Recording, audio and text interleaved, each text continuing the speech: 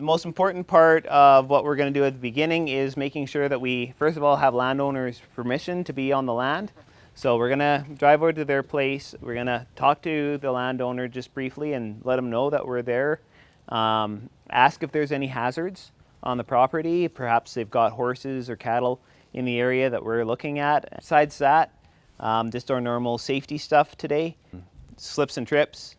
Any other safety stuff that you guys can think of?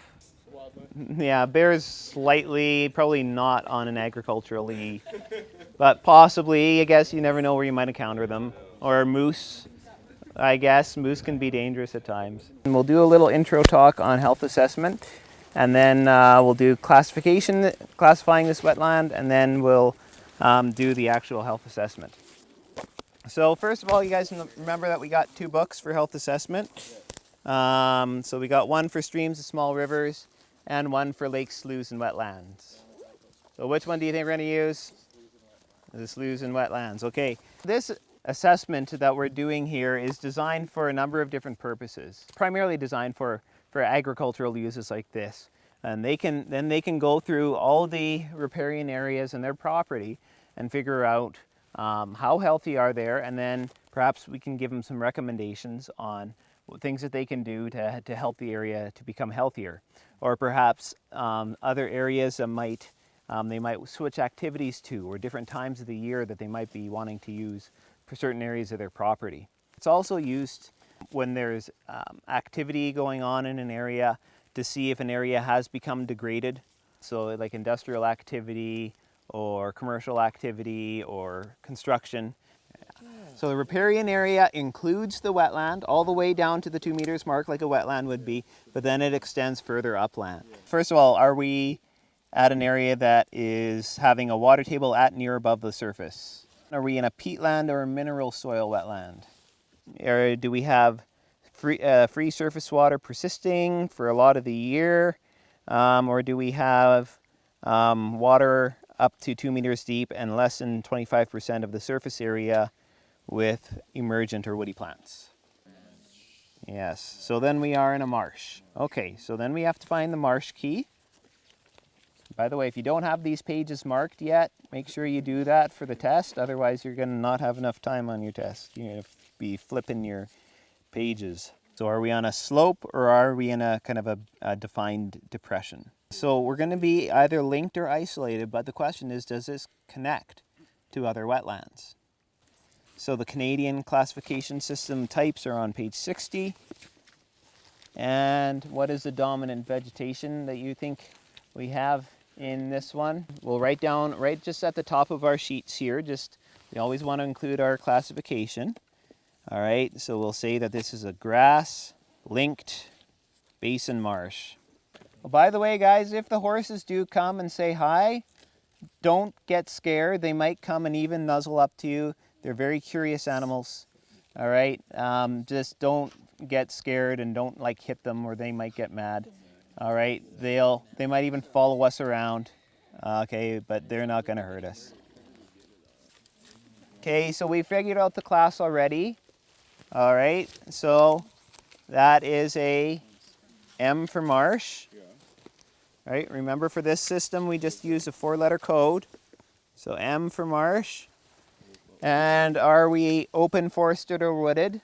So this open area here, marsh, and it's open. Okay, so MO for open. Now, do we have permafrost or patterning here? No, it's not possible, right? Permafrost in bogs only, and patterning in fens only. So are we going to put an N, an S, or a G? G for graminoid. All right, so we have a mong here. And all marshes are mongs. That's the only allowable code for marshes. So now we need to look at the species that we have. So we're going to have to wander around a little bit and find which species we have. What the major vegetation we have here is probably Kentucky bluegrass, but it's hard to tell because there's no fruiting structures. But just from the way it's growing, I would guess that. There's a lot of clover. There's a lot of chickweed. Okay.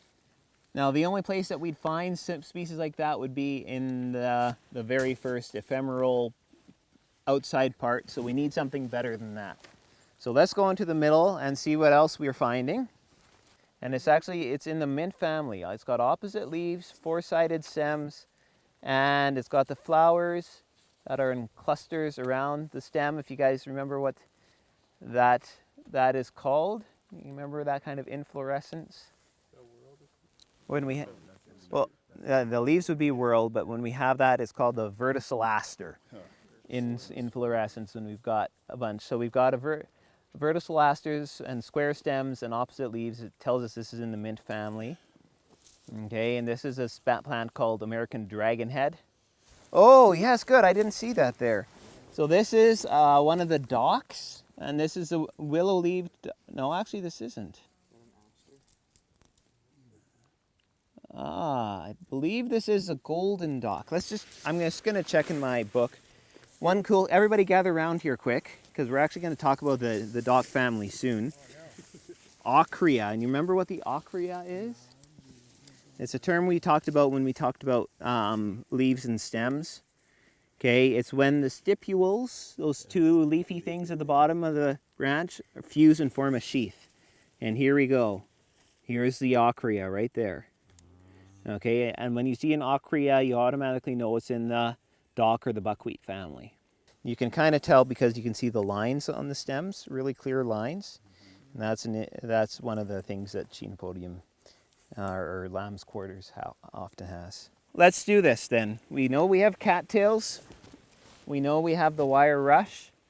Okay, so let's try and find that now in our classification of ponds and lakes in the prairie region. So open up your books, try and find where we can find those plants. Typha latifolia is the cattail, and Juncus balticus is the wire rush. Okay, well, what are we seeing a lot here? There's tons of disturbance going on with the cattle coming in and whatnot.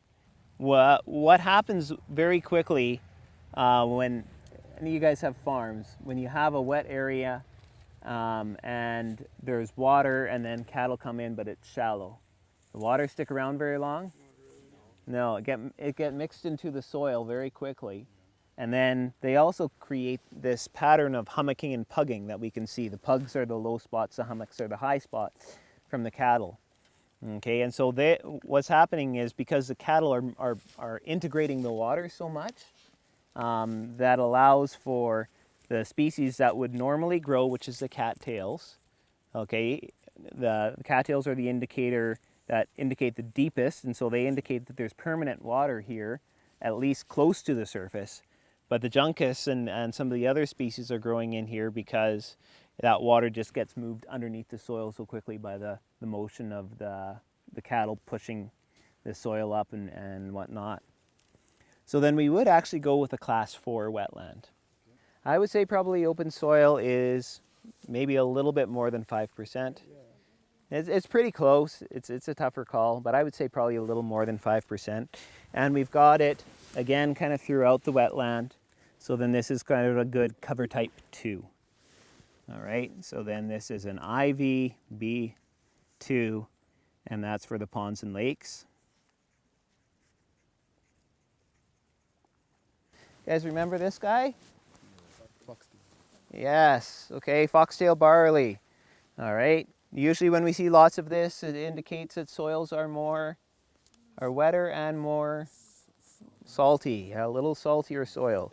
Now we can close up our classification system. And now we're going to do our wetland health assessment, or our riparian area health assessment. And we'll call it unnamed marsh 1, and that way if we do assessments on other marshes in his property, we can separate those. All right, and then we'll get the GPS coordinates here. And it says how to assess riparian health. It says when to do it. It says when plants are in the growth phase and can be identified. It does include September on there, but this is not the ideal time, but we do what we can. When water levels are close to normal, we know that it's not right now, that the water levels are low, but again, we're doing what we can. And it says if you're repeating an assessment, complete the follow-up assessments at the same time of the year. We come to this wetland every year, and actually we have been able to note his changes in the wetland health.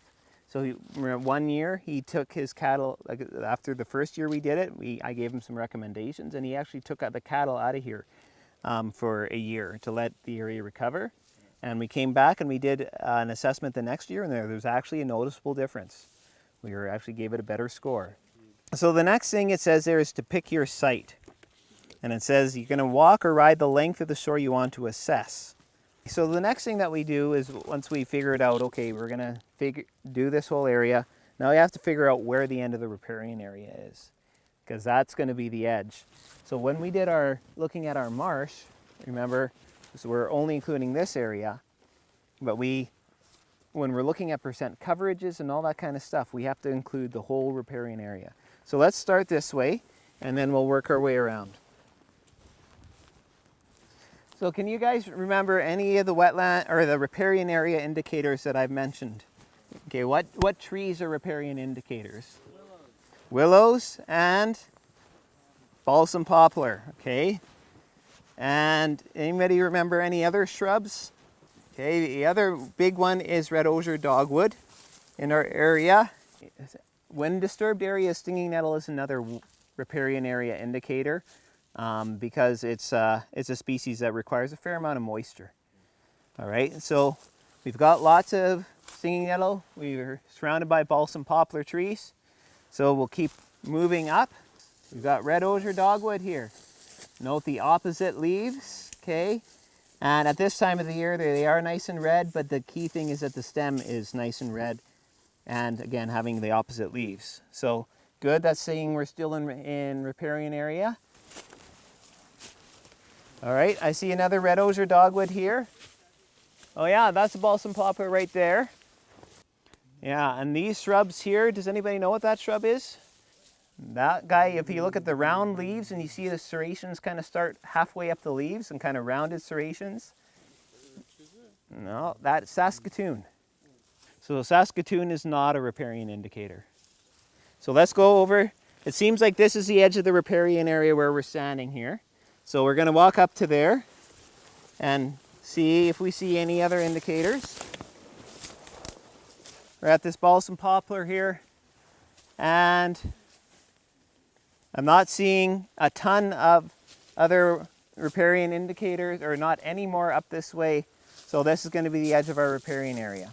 Now we've gotten an idea of where we are. Okay, we're going to flip onto the back side of the sheet. There's two little areas, two sketches that they want you to make. The first one is the riparian area, and the second is where we're going to take the photos.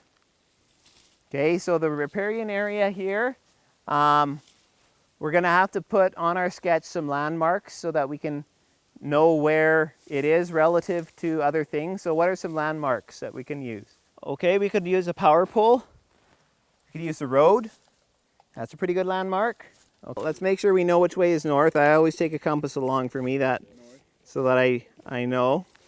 The bottom of your riparian area sketch, we're going to put the house, a dashed line, and say here's the top of the hill. And then why don't we draw that top of the hill all the way around the outside, leaving a bit of room in case the riparian area goes over the top of the hill. What everybody should have right now, if you guys want to just take a peek at what I've got here, something like this. Okay, so I'm labeling all my lines. Here's a house, there's the road, here's the top of the hill, and I've left some room. Okay, and now we've found the riparian area. So we're going to do a really distinct thick line to show this is the edge of the riparian area. So pretty close to the top of the hill here. All right, we're going to do a nice thick distinct line, and we're going to label that edge of riparian area. Okay, so now we've got that top of the hill. We've got most of this area covered. So now we're able to keep on and see what other features we might find that we want to sketch on here, as well as where this riparian area is going to go.